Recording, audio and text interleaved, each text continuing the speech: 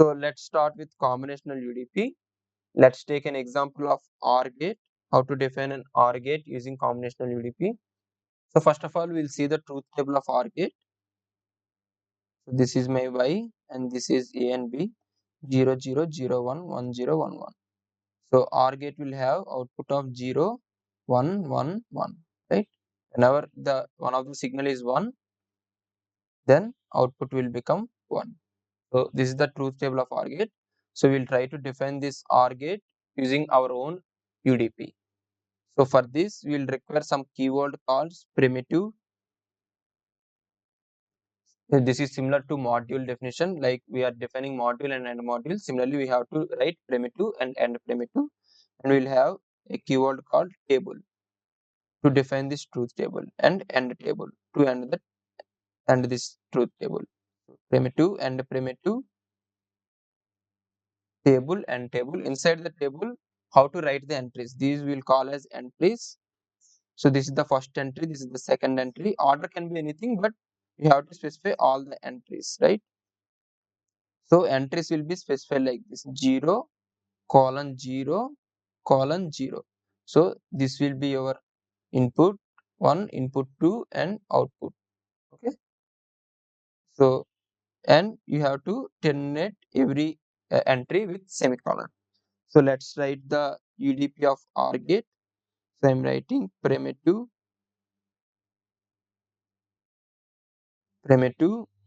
my UDP. I'm giving a name UDP R is my primitive. I have output out and input A comma B. Let's say I have input A and B. This is the OR gate I am trying to create. Okay.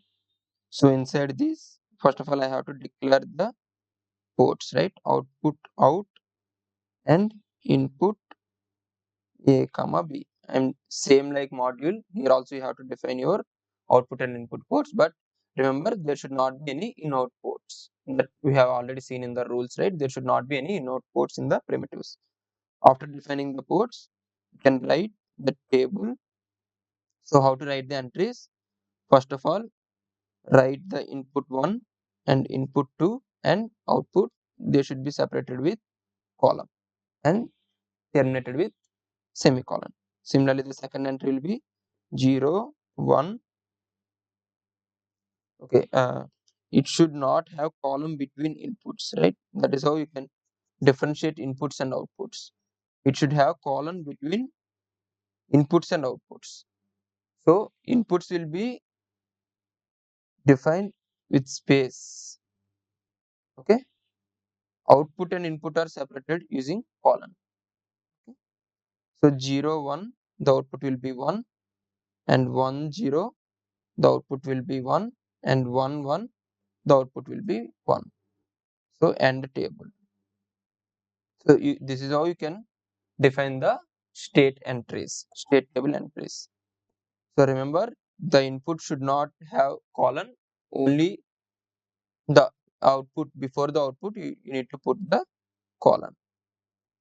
Okay, this is the state table, and then you end the primitive. So this is the OR gate primitive.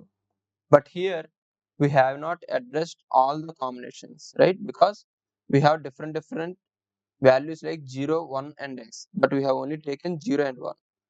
So it is always a good practice to define all the possible combinations that can exist. So how to do that? We have to modify our state table like this to incorporate all the possible combinations. So state table will be, I'm not writing the primitive declarations again. I'm only writing the table. The declarations will be same like above, right? So I'm directly writing the table. In this table, I want to address all the possible combinations. So it to better visualization, I'm commenting this A, B, and out, right? So this is how you need to give the inputs: A, B, colon, out. So this is a commented line. I use double backslash for comment. So inside this, I'm writing the state entries: 0, 0. Then my output will be 0, Similarly, 0, 1 output will be 1. This is colon. 1, 0 output is 1. 1, 1 output is 1. Till now we have seen to address the x inputs also. I will write x1. If one of the input is 1, then output of the OR gate is 1. Similarly, 1x, it will be 1. Right? So it consists all the possible combination. If you replace the x with 0, so 0, 1 is already existing. 1 with x with 1, 1 is 1, 1 is also existing, right? And the table. So now this table will have all the possible combinations. So there is one thing called shorthand notations for don't cares. Instead of writing x, you can write by using question mark. So how to do that? So I am trying to simplify the state table by using shorthand notations. Okay, how to simplify this table? I am writing the table here, new table, a b out. Okay, 0 0, my output is 1. Okay, output is 0, sorry, and 1 question mark, my output is 1. So what does this mean? Either 1 0 or 1 1, my output is 1. So I merged these two lines into a single line by using question mark. The question mark will expand to either 0 or 1 case. So 1 0 will be 1 and 1 1 will be 1. Similarly, question mark 1 will have my output of 1. So what does this mean? 0 1 will be 1 and 1 1 will also be 1. So the question mark will be expanded to 0 1 case and 1 1 case. So this is also correct. Next, you can write 0x as x and x0 as x, right? If one of the input is 0 and it depends on the don't care, so output is x. Similarly, x and 0 will have output of x and table. So this is the complete table of the OR gate. It has all the possible combinations, even included x0 and 0x cases, right? So in order to define any primitive, it is always a good practice to provide all the combination possibles so that your output is a known value. Otherwise, your output will be an unknown value if you don't define some combinations. Okay. Now let's see how to instantiate these UDPs.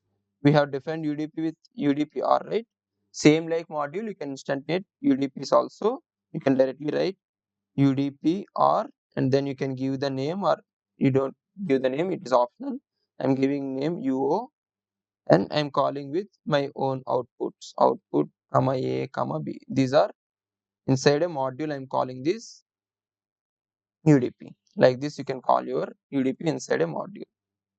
Okay.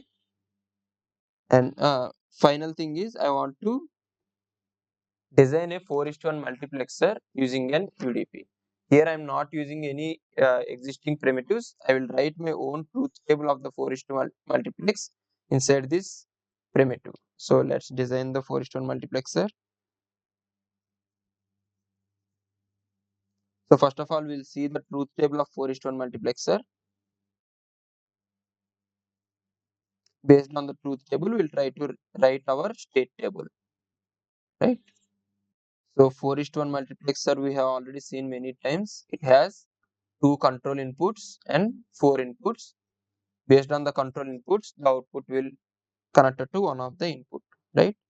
The 4:1 multiplexer has four inputs and two control input. Based on the control input, the output is connected to one of the inputs. So the state table will be like this. Let's say my control inputs are S1 and S0 and my output is out. If it is 0 0, if it is 0 0, I0 will be connected. If it is 0 1, I1 will be connected, I2 and I3. This is the state table of the multiplexer. Now let's write our primitive mux. I am giving a name and it has output and inputs I0, I1, I2, I3 and two control inputs S1 and S0. I have to define those terminals, output out, and input all these things I0, I1, I2, I3, S1 and S2, then semicolon. So I have defined this. After this, I'll write table. In this table, what is the order I should follow? I'll follow my I0, I1, I2, I3 and S1, S0, right? Colon out. So always remember you should put a colon to distinguish inputs and outputs like this. So what is the combination for this output? To get output as, let's say, 1, if input I0 is 1 and no matter what is the inputs of I1 and I2 and I3, and if my S0 is 0 0, in this combination the input I0 will be copied to my output, right? And semicolon. Similarly, my S10 is 0 0. In this case, if my input is 0, no matter what is the output, what is the inputs of I2 and I3, I1, I2, I3, my output will be 0, right? Similarly, we will write for all the other combinations like 0 1.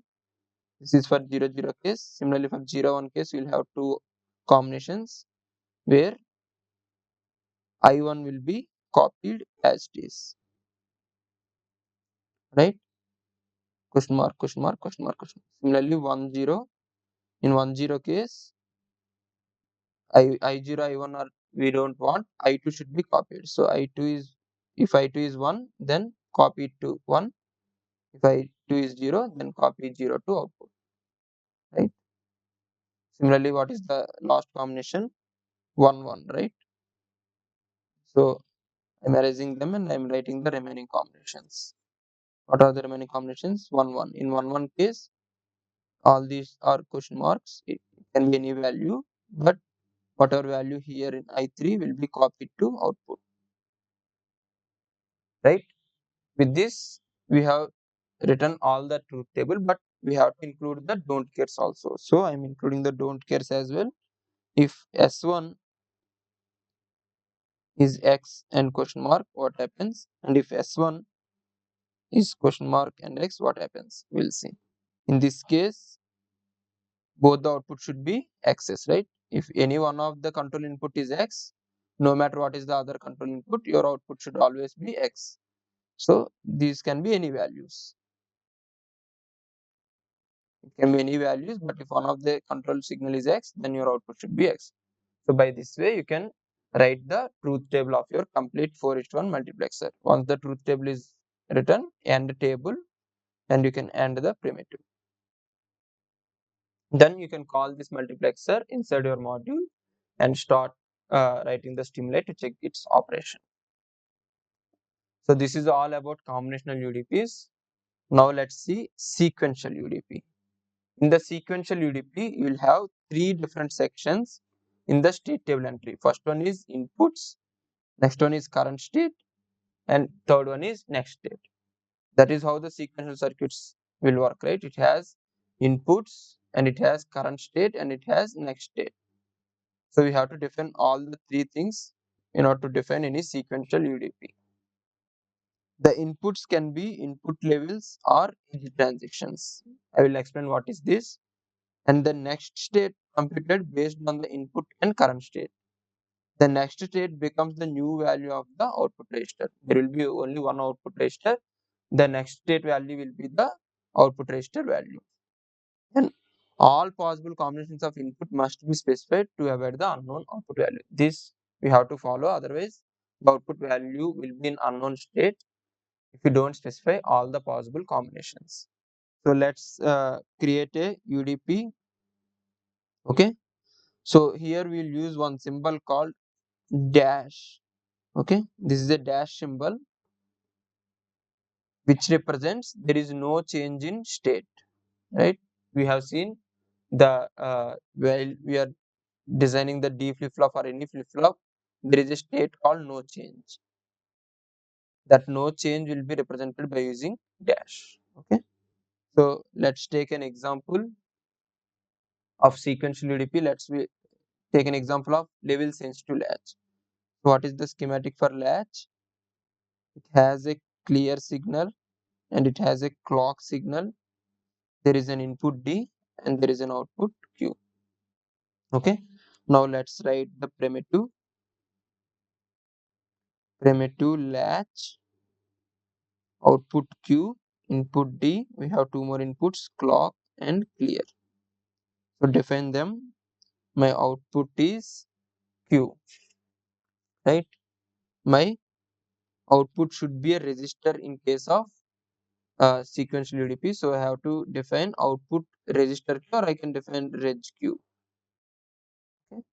So you can write in single line out reg Q, or you can write two lines output and reg Q. And after this we have inputs, input D, comma clock, comma clear. Right? These are the inputs of the latch. Now we'll start the primitive like this. First of all, we have to initialize the output to some known value. So I'm initializing output Q is equals to 0. Okay. Then I will start writing the state table. I will write the table here. Table. Okay. What all the entries I need to give? D, clock, clear, and we have to separate the outputs by colon, one colon, and Q plus. What is Q and Q plus? Q is present state output and Q plus is next state output. Okay. Question mark. So if my clear is 1, no matter what is the clock and D, what is the operation of latch? If my clear is 1, then my output, no matter what is the Q, my next state output should be 0. Right? This is the current state and this is the next state. So no matter what is the values of D, clock and Q, if my clear is equals to 1, then your next state should be resetted to 0 and semicolon. Similarly, if my clear is equals to 0, then based on the clock, if my clock is 1 and if my data is 1, then no matter what is the output of Q, my output state will be 1. Right? So this is like latching Q to data 1. Similarly, you can latch the data 0 like this. If clock is equals to 1 and clear is equals to 0, no matter what is the current state, my D will be latched to 0. So this is latch of 1 and this is latch of 0. Okay. What are the other combinations that we have? Let's say my clock is also 0 and my clear is also 0. In this case, what happens? No matter what is the input D or no matter what is the input Q, my output should not change. My output on next state should not change its value. That's why I'm using dash. It should not change its value. Semicolon. So this is the table. We'll end the table and then we'll end the primitive. So this is the primitive of level sensitive latch. Okay. Now let's define a edge sensitive flip flop. In this case, we'll have edges like 1 to 0 and 0 to 1 edges also, right? As I explained, you can have inputs can be input levels or edge transitions also. So we'll see what are those edge transitions in this example. So let's create an example of edge sensitive flip flop. I want to create a negative edge triggered flip flop. So what is the schematic of negative edge triggered flip flop? The clock will be negative and there will be clear. I want to have a positive clear or reset, you can name it anything. So this is the symbol of the flip flop that I want to create. It is a negative edge triggered, that's why there is a bubble. Negative edge triggered and it has D input and Q output, the flip flop, and clear is the asynchronous input to clear the flip flop. So how to write the primitive? Let's start with primitive edge flip flop. This is my name and it has I'm writing ANSI C style. You remember, right? You can write ANSI C style also for port declarations, terminal declarations. Output register. I have to define register. Q is equals to 0. See, I have defined output terminal as a register and then initializing it to 0 in a single line, and that too in a ANSI C style. Comma, my inputs D, comma, clock, comma, clear. So this is the terminal declaration. After this, I can directly write my table because I have already declared the terminals as well as I initialized my Q to 0. Now in table, what all the values I need to give? D, clock, clear, and then Q and Q plus. Right? This is current state. This is next state. So first thing is, if clear is equals to 1, no matter what is the value of D, clock or Q, your next state will be 0. Right? And if your clear is equal to 0, then here I'm not defining as a level, right? 1 and 0, I'm defining it as a transition. If your Q is transition from 1 to 0, so the transition you have to write like this. Inside a bracket, you have to write 1 to 0 means 1 to 0, high to low transition. If my clear signal is having a high to low transition, then in that case, no matter what is the values of D, clock and Q, your output should not change, right? It should ignore the transition. It should ignore the negative transition of your clear. So it is ignoring by not changing the next state value. Next case is, if my clear is equals to 0. In that case, I'm drawing a line for picturization. Okay. So this is for clock. If my clear is equals to 0 and if my clock is transition from 1 to 0, in that case, since it is a negative edge triggered, my data, whatever data should be copied to my next state, right? No matter what is the current state, my data should be copied from D to Q plus. Similarly, if my data is 0 and clock is changing from 1 to 0 and if my clear is 0, then my data will be copied here. Okay. Now we'll see some other cases like don't care cases. If my clock is transition from 1 to X, in that case, no matter what is the inputs of Q and D, my output should hold its value, right? This is one possible case that we can have when clock is transition from 1 to X.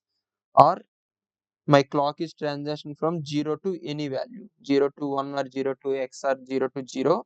In this case, if my clear is 0, then also my output should not move, right? No matter what is the value of D and Q. Similarly, what is the other cases we have? If your clock is transition from 1 to X to 1, either it is transition from 0 to 1 or Z to X to 1, it can be the output cannot change, right? No matter what is the values of this. Similarly, we'll have, if there is any transaction in D, if the D is changing from either 0 to 1 or 1 to 0 or any transaction, it should ignore, right? So any value of clock and any transaction of D, and if clear is 0, then your output should ignore. So it should stay in its own value. That's why this, in all these combinations, it was represented with dash. It will be copied data only when the clock is changing from 1 to 0, right? In this possible case only it is copying, and your clear should be 0. When your clear is 1, then no matter what is the value of clock and D, it should be 0. So this is the operation of a flip-flop. The flip-flop will get latch the data only when clock is transition from 1 to 0 because it is a negative edge triggered. In this case, data is copied. When clear is equals to 1, then data is set to 0, and remaining all the cases, it should hold its value. Right? This is the complete truth table or state table of this edge sensitive flip-flop. So this is all about user-defined primitives. You can call these user-defined primitives in your own module, and you can simulate them. Now let's see what are tasks and functions in Verilog. So before seeing them, we'll see why do we require them. The tasks or functions are required to implement same functionality at many places in a behavioral design. If you want to implement the same functionality many times, then you can use tasks and functions. The same thing can be doable with looping statements also, but looping statements won't be treated as a subroutines, but tasks and functions can be treated as a subroutines. You can call the task or function, and you can pass the variables to that subroutine, and you'll have the operation there, and you'll get back the result, right? So we'll see first of all what is the basic difference between task and function. A task can have both inputs, outputs, and input arguments, but function can have only input arguments. You can only pass the input arguments to the function, and what are the functionality it will you define inside the function, it will execute there. It cannot return any value to the module or routine that you have called. Okay, so that is the main difference between task and function. The task has both input and output and input arguments, but the functions have only input arguments. And both of these should be specified inside the module, unlike the user-defined primitives, where user-defined primitives are specified outside the module as a different module, but tasks and functions should be specified inside the module. The tasks are mainly used for these applications where common Verilog code with delays, timing, and multiple outputs are required. Wherever there is a delays and timings you want to give for some task or some functionality or some statements, you can use the tasks instead of functionality. And if you have multiple outputs, then you should definitely use the task instead of functions.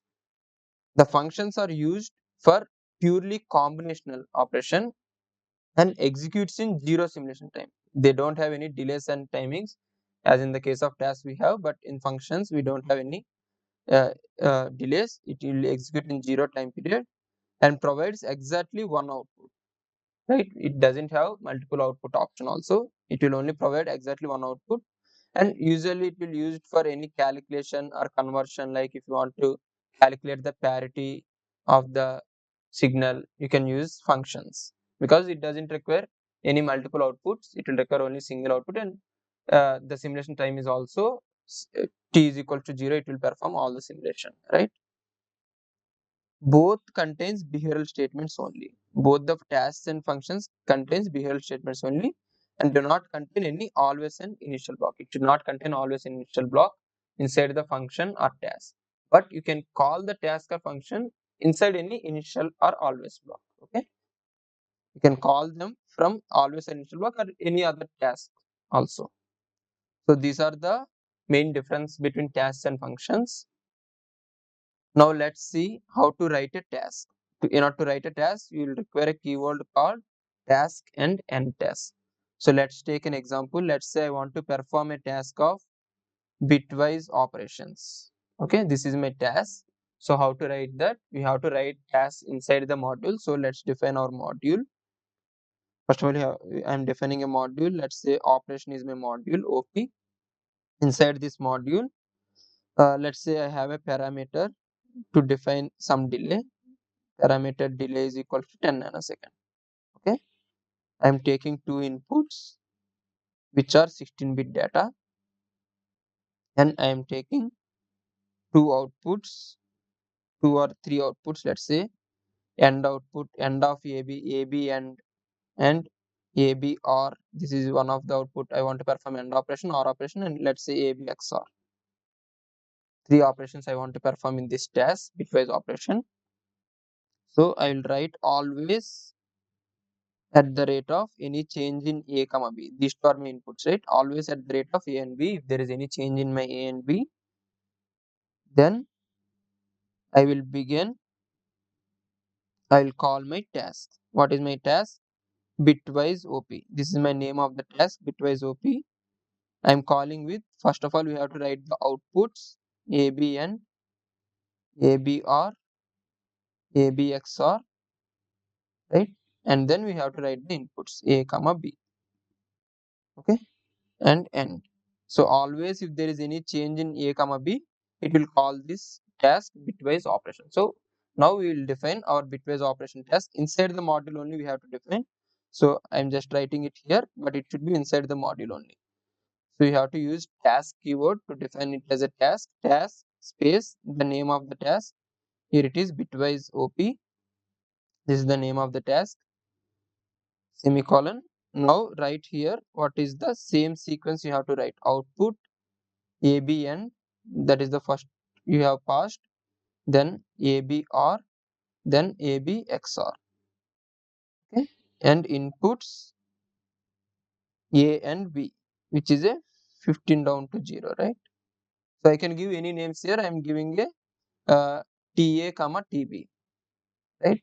These are local to this task. TA comma TB are my inputs. Now I am begin. It should be behavioral statements, right? As I already told, inside the task and function, the statement should be behavioral. So begin, I am writing with some delay, let's say 10 nanosecond delay. My AB end is equals to A and B. Here A is TA and B is TB. Okay. Similarly, with some delay, my ABR is equals to TAR TB. Similarly, with some delay, I can either specify the delay or I don't even specify the delay. It's up to us. So I can AB XOR is TA XOR TB, right? And this begin is ended and end the task. After ending the task, you need to end the module, right? This is how you can specify any task. Okay.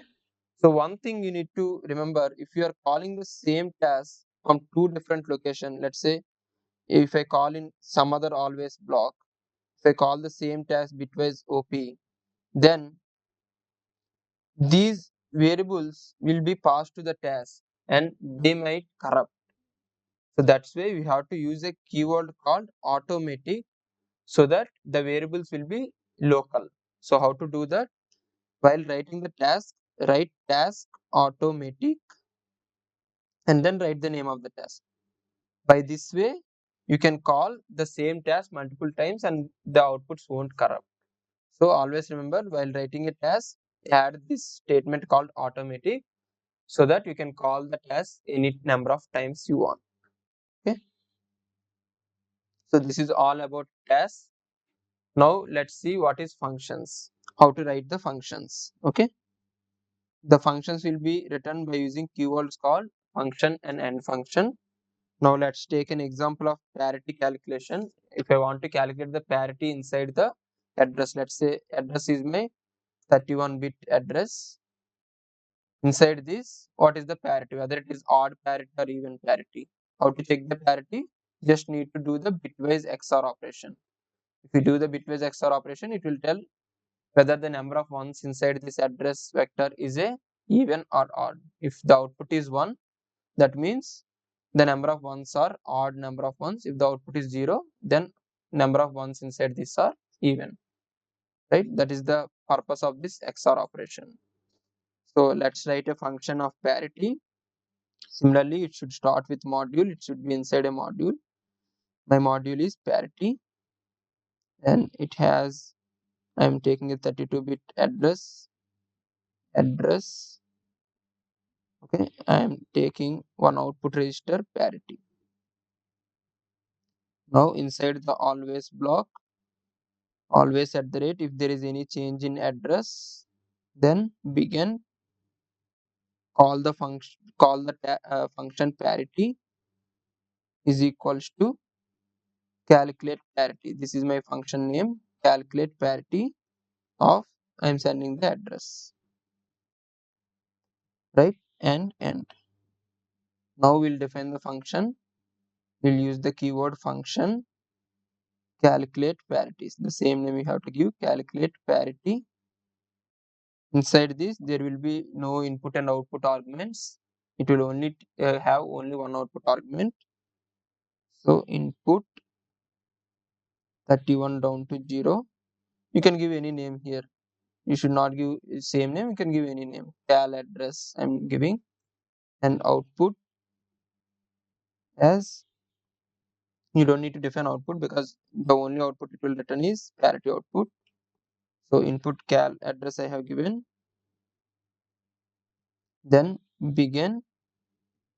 Inside this I am calculating the parity, right? Cal parity is equals to, with the same name you have to define the output. Okay, cal parity is equals to XOR of bitwise XOR of cal address. It will do the bitwise operation of this cal address and it will pass the output through this function.